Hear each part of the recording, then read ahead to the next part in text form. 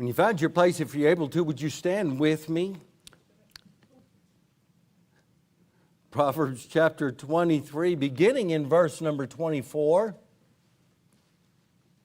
Verse 24 says, "The father of the righteous shall greatly rejoice, and he that begetteth a wise child shall have joy of him. Thy father and thy mother shall be glad, and she that bare thee shall rejoice. My son, give me thine heart, and let thine eyes observe my ways."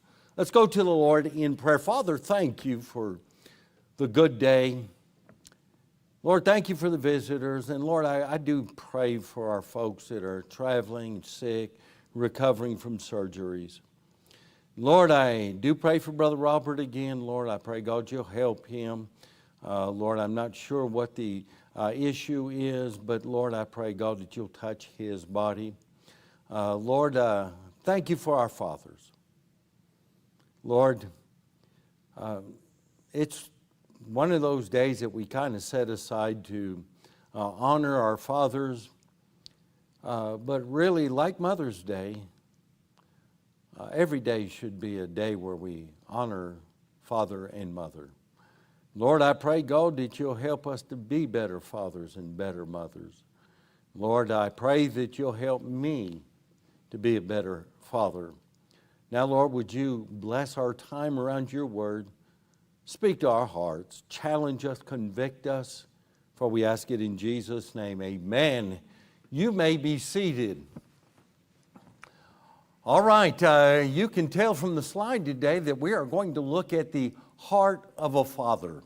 Now, you're going to notice from our text that a father, a good father, is going to be fully invested in the development and the well-being of his children. In verse number 26, the Bible, the father pleads for his son's heart and his attention. Why? Because he knows that if his child grows up and embraces wisdom and righteousness, that he and his wife, they're going to experience great joy. Let's look at verse 24 and verse 25 again. The father of the righteous shall greatly rejoice. I don't know about you, but I want that promise. When I have children, and I do have children, I got 2 daughters, I want to be at an age, and I want every day I could be able to look back and think on them, and my heart to greatly rejoice. And he that begetteth a wise child shall have joy of him. Thy father and thy mother shall be glad, and she that bare thee shall rejoice. Now, that's a great promise. But you know, there's a lot of road that you've got to travel to reach this great promise.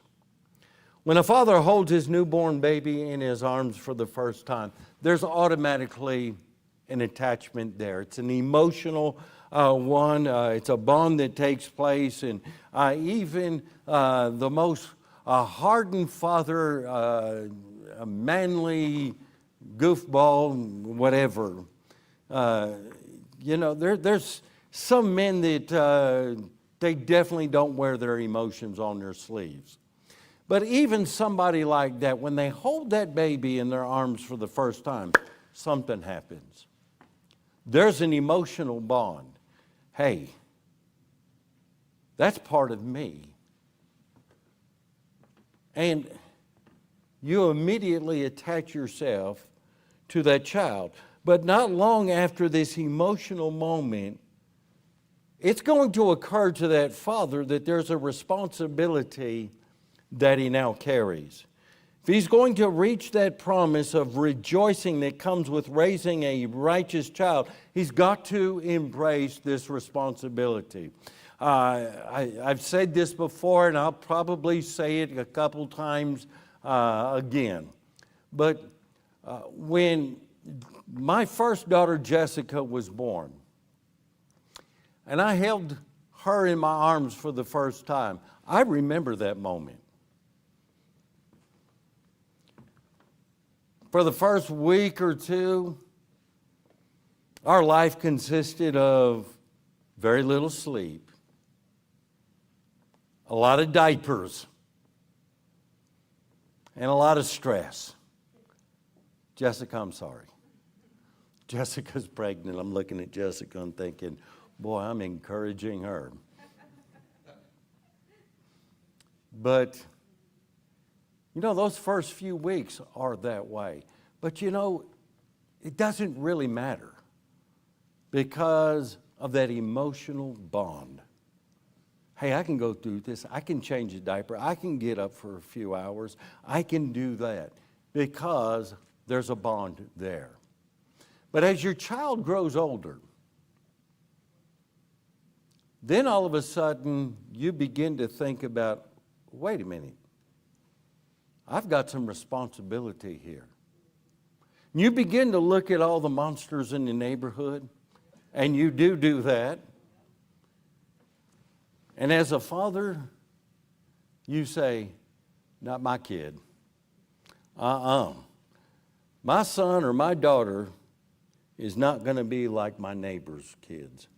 Not going to do that. And you may see that and make that determination in your heart. But it's one thing to recognize somebody else's mistakes and your own mistakes. Because in order for you to reach the goal that you've now set in your mind, you've got to take some responsibility. You have got to put some effort behind that. You can't just say one day, well, that is never going to be my child, and then go back to watching TV and ignoring your kid. Not going to happen that way. And that father, there comes a time when he realizes the responsibility. It is that moment that really began to lead me down the path of, now that I have responsibility, I got to make sure that my children are in church. Was not saved. Been to church before. My parents carried me to church occasionally. I knew a little bit about the Bible. I knew that the ark had some animals in it. I knew a few things like that. I knew that there was a kid with a sling and killed a giant. I knew things like that. But I'm 24 years old, 23, 24 years old. And now all of a sudden I've got a child. And all of a sudden I know that I've got some work to do. Got some responsibility. And God put into my heart, you need to raise that child in church. So we begin to visit churches. I'll always remember the first church that we visited was a Methodist church in Shalimar, Florida. My grandparents, my side of the family, they were Methodists, and though I was raised in a military home, we often went to Base Chapel, and it was kind of similar to that. And we went there for that first week or two, and we said, no. And so my wife was raised Lutheran. And so across the street, actually literally across the street, was a Lutheran church. We said, well, we'll go to that church. Well, we went there once. And we said, this is not going to help with us trying to raise our child in the right way. We weren't saved yet. And this process went on for a little bit, and about 6 months later, we're kind of thinking, what are we going to do? What's going on here? And not saved yet. But we knew what we saw was not right. And the man at work, and you've met him, Danny's been here a couple years ago, him and Mayim. he began to invite me to church all the time. And we went to church. When we went to church, God said, this is where you need to be. So we started to attend Faith Independent Baptist Church. I had no idea what Baptist was. I didn't know, I figured that the church was founded in 1776. That's why it's independent. I had no idea. But I knew one thing. I knew that they opened the Bible every service. I know they taught from the Bible every service. And I knew that they were sincere. And I thought, okay, I'm looking at the kids in the church. And I said, yeah, this is what I want my child to be like.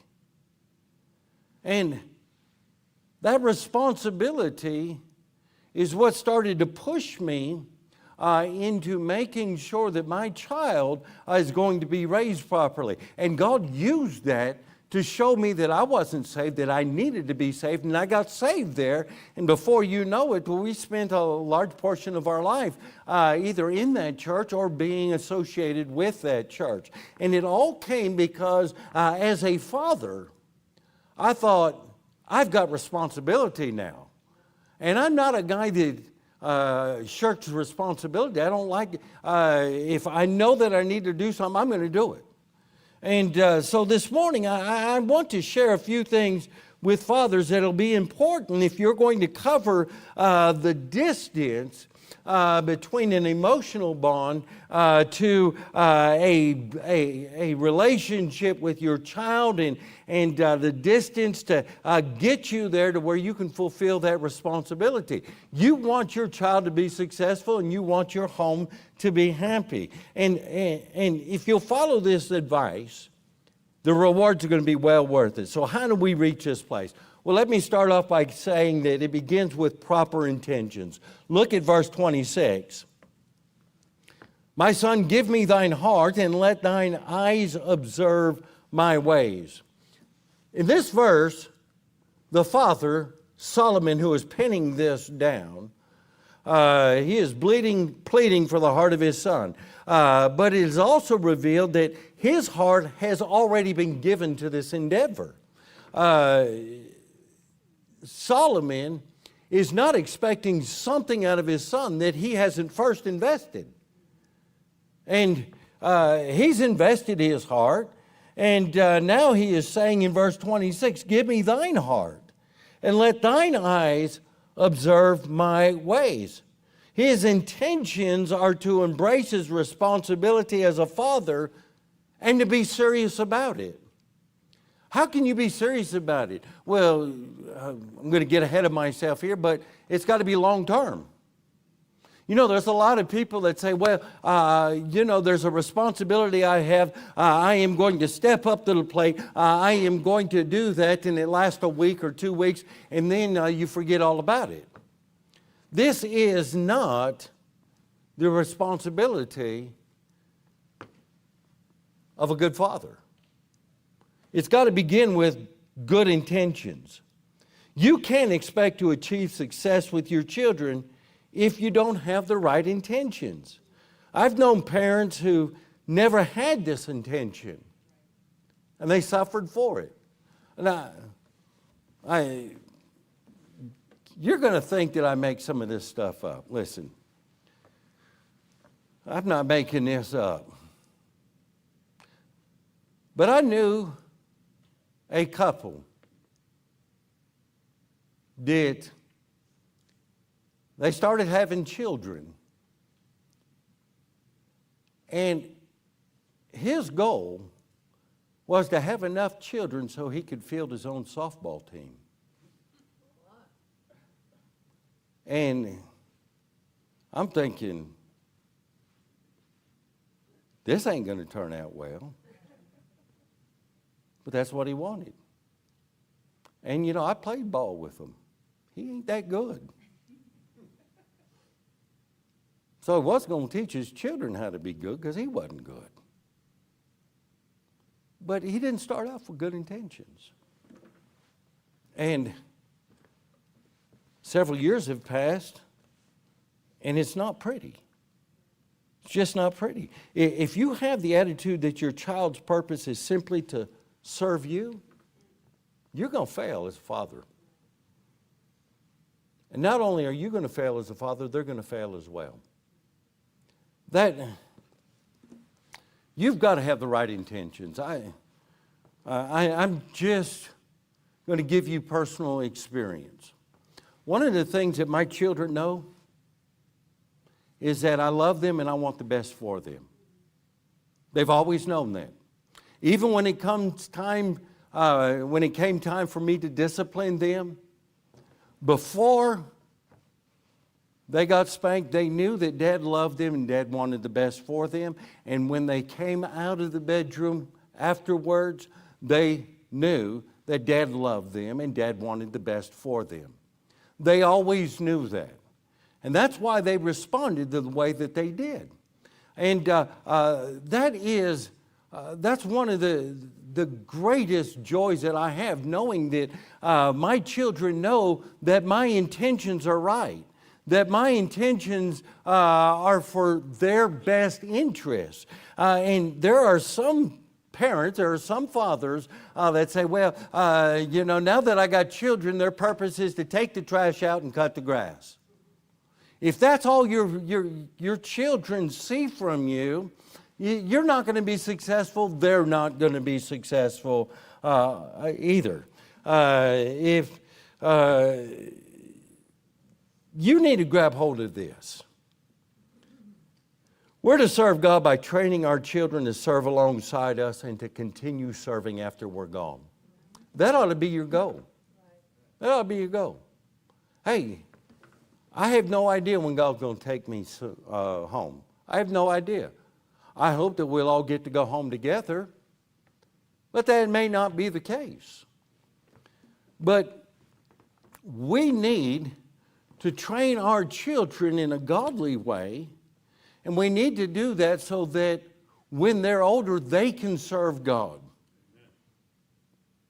And they can serve God after we're gone. I'm looking out at our audience today, and I had stopped by and spoke a little bit with Helen and Ernie during the Sunday school service, and they wished me a happy Father's Day, and I wished Ernie a happy Father's Day. But what did I say to you? I said, you had a good father. It says, I miss Papa Stone. And you know, one thing that most of you don't even know who Papa Stone is. But one thing about Papa Stone is that he loved God. And he had good intentions. He wanted to raise his children to serve God alongside of him and to serve God after he was gone. That was his intention. And if you don't have that intention, you'll never reach that intention. Do you know, amazingly, Papa Stone's been gone 6-7 years? 6 years, okay. My glasses, I saw fingers. Been gone 6 years. Do you know, in church today on Father's Day, we've got Neil. We've got Ernie. We've got Billy Ray. Usually Amy is here as well. Kevin, I'm sure, is at church over at Faith. How amazing is that? Yeah, I'm thinking Papa Stone looking down at heaven, thinking, yeah, that's what I always wanted. Right there. Because that was his intention. We need to have good intentions. Some parents have noble intentions that they intend to get around to eventually, but future intentions are not always the right intentions. Well, one day I'm going to talk to my child about the Lord. One day I'm going to expose them to religion. One day I'm going to tell them from the Bible how they could be saved. it's one of those things when I get around to it. When you attach when I get around to it, you got about a 90% chance that you're never going to get around to it. Because you may have noble intentions, but when you say, I'll get around to it someday, that just flows right off of your lips. You have no intentions. It's a father that always, I better not say always, usually sets the direction for his family. That father, if he has the right intention, is going to set the direction for the way that his family is going to travel down this path. And we want to end that path by being successful with our children. But it starts with an intention. You've got to intend to do that. Number two, there's a proper investment that he's made. Look at verse 15.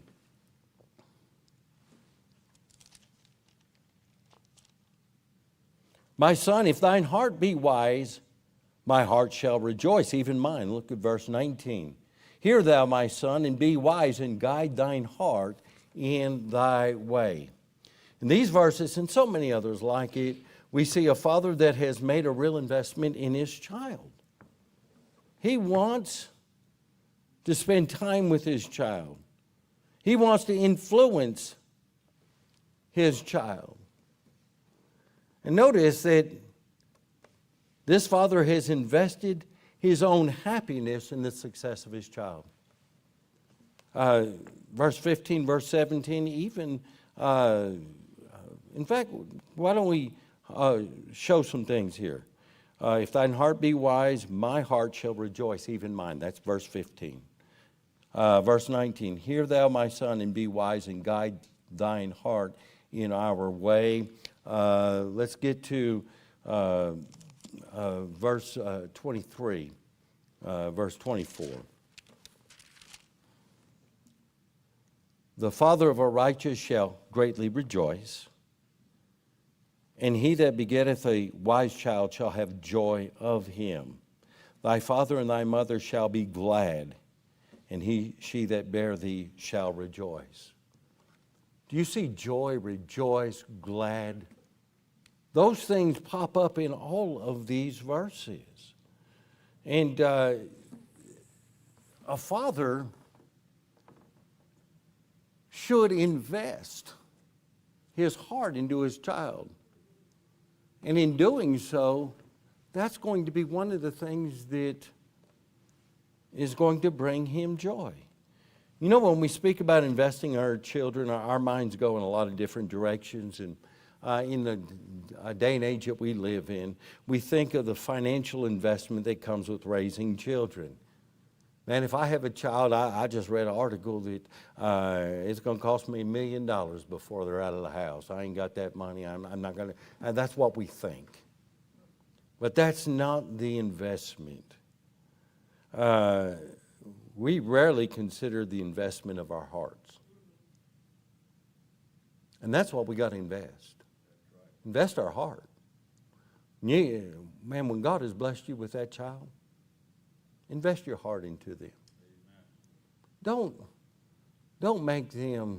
Don't set them off to the side. Hey, go play Xbox. Invest your heart in them. And honestly, that's a real investment. And it's the necessary investment. And if we invest our hearts in the training of our children, we're going to have a much greater chance of seeing them succeed. And it carries a lot more weight than anything else we could ever invest. If your child knows that your heart is invested in them, they'll recognize that. They'll know that. They'll respond to that. And, you know, there's a lot of parents, they'll invest a great deal of money in their children, but they won't invest their hearts. And it doesn't matter how much money you invest in them. If you've not invested your heart into them, you're not going to experience success. You're just not going to do that. I was raised with children like that, and you were raised with children like that. Mom and Dad always seemed to invest anything that they wanted. They just gave it to them. Just shut up, leave me alone. Here's $100. Go do something with that. And that child is happy with that $100 bill or whatever you're going to give them. But at the end of the day, they're not going to remember that $100 bill. They're going to remember as they grow up and start to have children of their own, they're going to remember, my dad never spent time with me. He never invested his heart with me. He always gave me what I wanted. But that's it.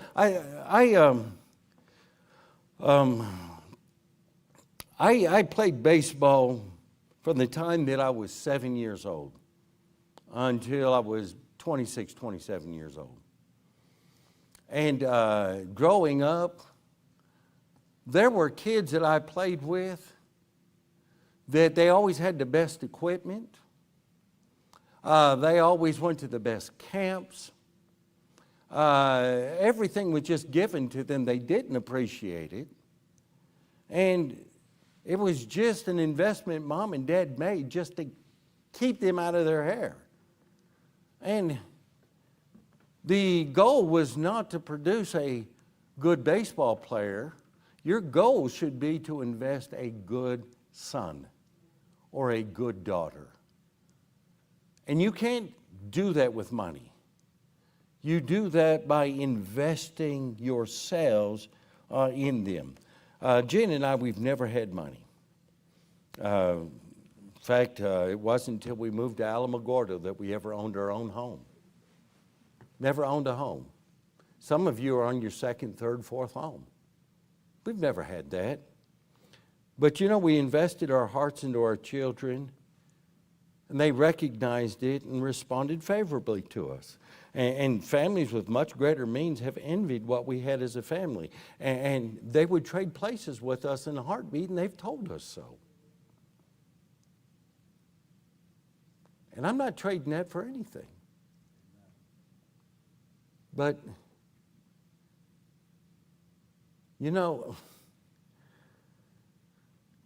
we made the investment with our hearts, with ourselves. We made the real investment.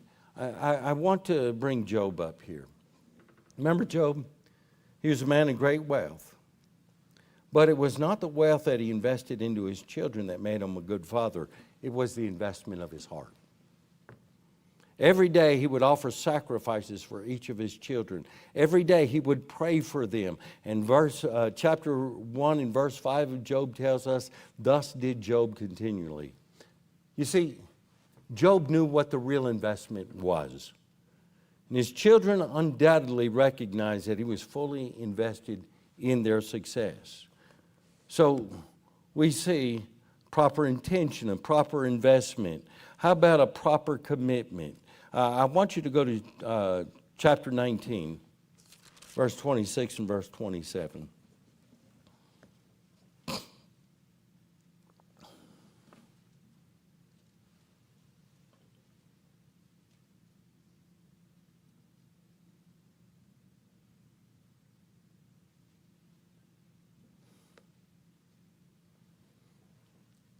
Proverbs chapter 19, verse 26 and verse 27.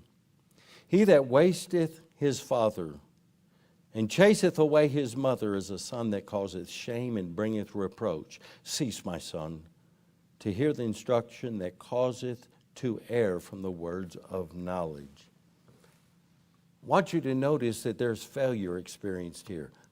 But in spite of failure, the Father still gives sound instruction.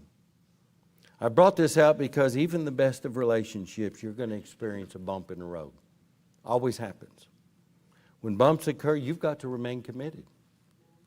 Your heart's got to be invested, and you still got to give good, sound instruction. And oftentimes in many areas of our lives, when we experience a bump in the road, when something negative happens in our relationship, the first thing that we do is to throw in the towel. I'm done with it. I'm giving up. with all of this, and you're going to experience continued failure that way. When we respond this way, we have surrendered our lives to fail in that area. People do that on the job site. People do that at school. Experience a little bit of failure. I can't do this, and so I'm just going to quit. But sadly, parents do that all the time. When your child acts childish, you say, what am I doing? And you throw in the towel and quit. You're never going to experience success that way. You know, drives me absolutely nuts. Makes my head spin, and, you know, I do this. When parents come to me and say, you know, my child will not and is not doing this, and there's something inherently wrong with my child, you know, I have to stop and say, listen, they're 14 years old. What did you do when you're 14 years old?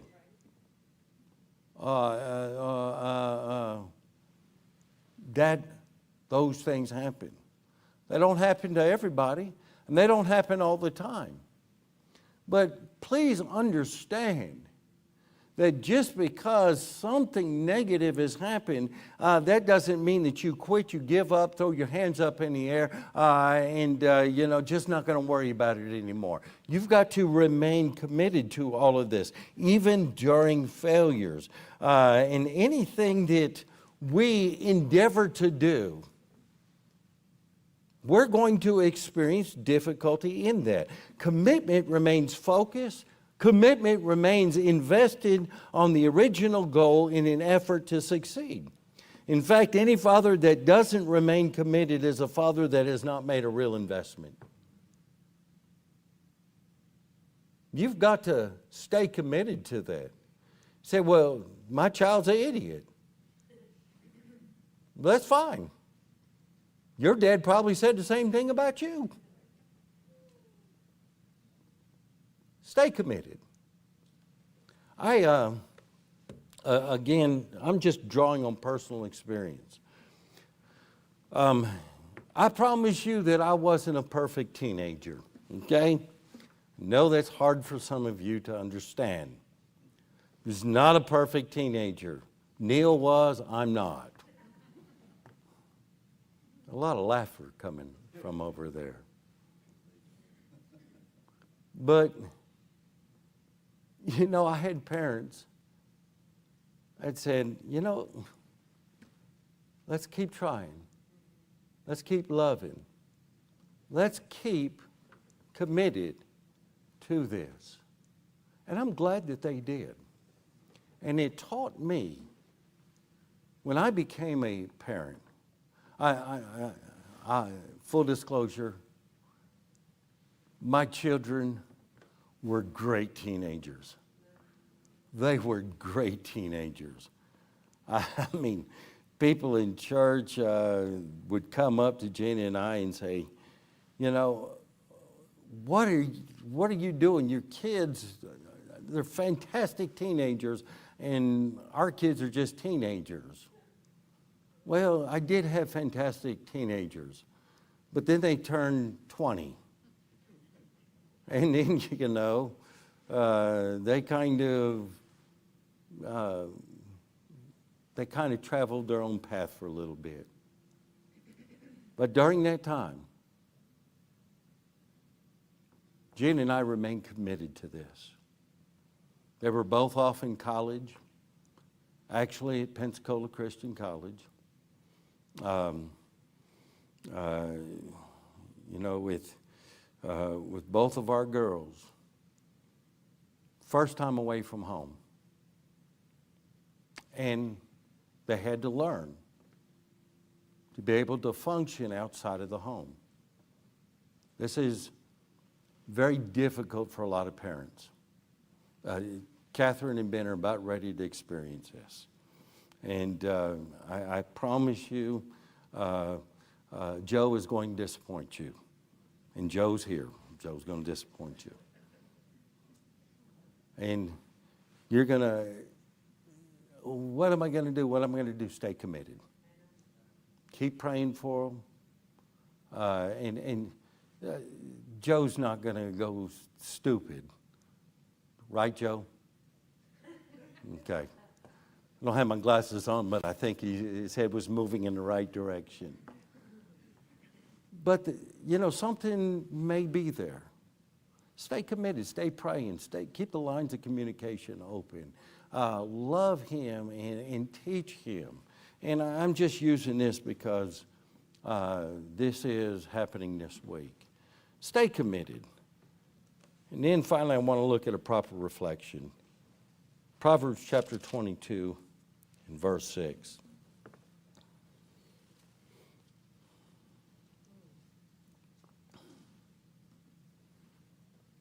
Train up a child in the way he should go, and when he is old, he will not depart from it.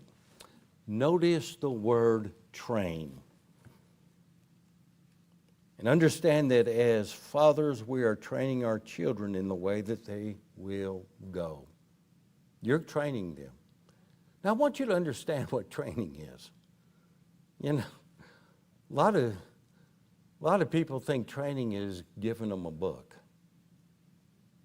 keeping them in Sunday. Yeah, I come from an athletic background. Brother Terry, you come from an athletic background. Training means sweat. Training means work. Training means overcoming some things. And you'll notice that word train is there. Train up a child in the way he should go, and when he is old, he will not depart from it. Now, many people make the mistake of thinking that this is a do or don't situation, but it's not. You are training your child in the way that they will go, and you're doing it right now. You're training them right now. You're either training them to do well or you're training them to fail. And understand that your children will probably on right here exactly like you. They'll turn out exactly like that. Now, we don't like to face this fact, but it is true. No matter who you are, your children will grow up to recognize the characteristics that you possess and they are going to make those characteristics their own. And fathers, we've got to set the standard in this, and we've got to set the example. And I'm just in verse 6. It says, train up the child in the way that they shall go, and when he is old, he will not depart from it. Now, fathers, first time that your child stumbles, you're going to look at this as a failed promise. Your child's not old yet. Not old. Listen, I've got probably no shot that my daughter, Becky, will ever hear this. She was raised right, and she served for a long period of time. She was on staff at Pensacola Christian College. And she's made some decisions in her life, and she's cut off communication. You say, Pastor, does that aggravate you? Well, I'm disappointed. But you know what? I trained her. And I invested. And I committed to her. I've got a promise here in verse number 6 that when she is old, she'll not depart from it. Say, well, she's 39 years old. She ain't old. So I look at that and I say, well, by the time she's 60, 70 years old, maybe I'll start worrying about it. But there's a whole lot of people that I've known and a whole lot of people I've read about in the Word of God that God did a work in their lives. They repented. They got things right, and God used them in a great way. So in verse number 6, I want to make sure that that's brought up there. But you're training your child right now. And I know we don't like to face it, but it's true. No matter who you are, when your child grows up, you're going to recognize some characteristics in them that you know where they got them from. I mean, when Jesse says something or does something, I look at Jen and say, she got that from you. But a lot of times I know she got that from me. And you recognize those in your children. Their character is going to reflect yours in some form or fashion. And sadly, the characteristics that we try to hide from our children are the characteristics that they embrace and assume to themselves. And often those characteristics are amplified in them.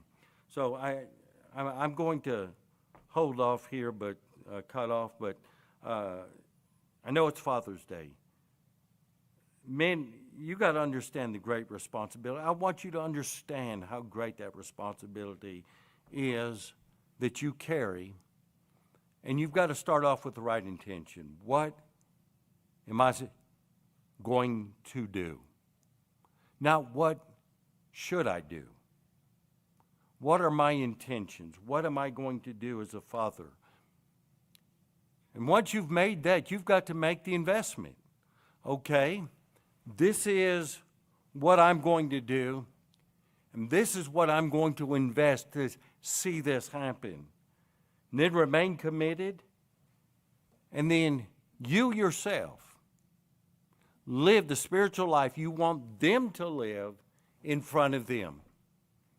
One of the greatest mistakes that I've ever seen is when a father says to his children, do as I say, not as I do. Never works. Never works, and still we do it over and over and over again. You know what? I've always looked at it this way. As I was raising my children, I want them, as they grow older, maybe they'll stray, maybe they'll be a prodigal. But I want them to see in their dad right now how to do right and what to do right. I want them to say, okay, this is what my dad did. And I'm going to go back to that. When you think about the prodigal, once he got to the bottom of life, he looked back at dad, didn't he? Says, I'm going to go to my father's house. He knew where to go. How did he know to do that? Because he's watched dad live a spiritual life his whole life. And so I want me to live that spiritual life. So my children will be able to imitate that, and if they stray away, they'll be able to recognize, okay, this is what's right. I'm going to go back to doing that. But that takes effort and investment right now, dads. With every head bowed and every eye closed. A lot of fathers in here.